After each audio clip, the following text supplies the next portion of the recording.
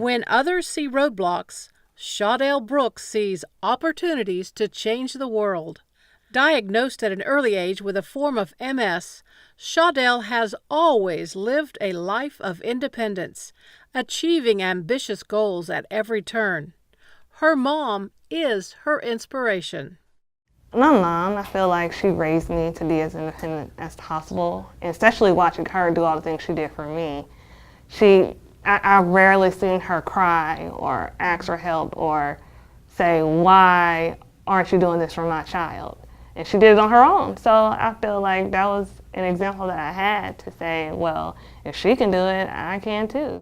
Throughout high school and college, her friends gave her the strength to stand out in the crowd. Okay, she's just like us. So they treated me just like them. And it even got even better once I got into college. It was like, okay, we see that she can do these things.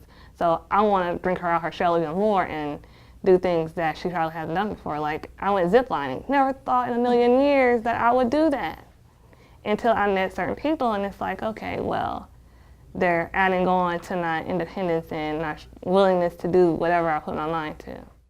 Shaudell was recently given the opportunity to gain work experience at her alma mater, Pascagoula High School. We as humans take a lot of things for granted, and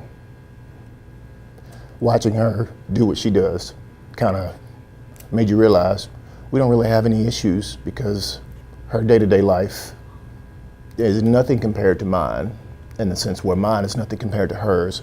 So it just kind of gives you a little enlightenment, and it makes you realize we're all blessed in our own way. We just have to recognize it. Her drive for independence and the great desire to live life to the fullest revealed what she says were serious inequalities for persons with disabilities at her university. She wanted to sit in the student section during a football game. She says she was met with resistance.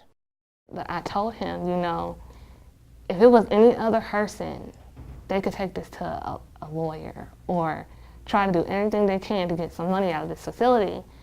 But that's not what I want to do. I don't want anyone to go through what I just went through. So I want to change this. So he promised me the next time I decided to go to a game that it would be better. I never went to another game that year because I didn't want to take any chances with that. But what I did do is start a student-based organization called DREAMS. And that stands for Disability Rights, Equalizing Access, and Motivating Success. And my main goal was to unify students with and without disabilities and to make sure they had the same college experiences that everyone else had. Shaudell credits the Mississippi Department of Rehabilitation Services with giving her the tools she needs to succeed.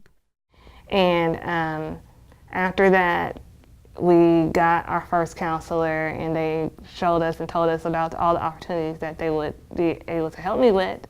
And after that, it was history. Like, they have been wonderful, from doing home notifications to helping me pay for school to getting me a computer for my first year of college to notifications on my van that I have now. Like, without MDRS, I wouldn't have had any of these things that I have today.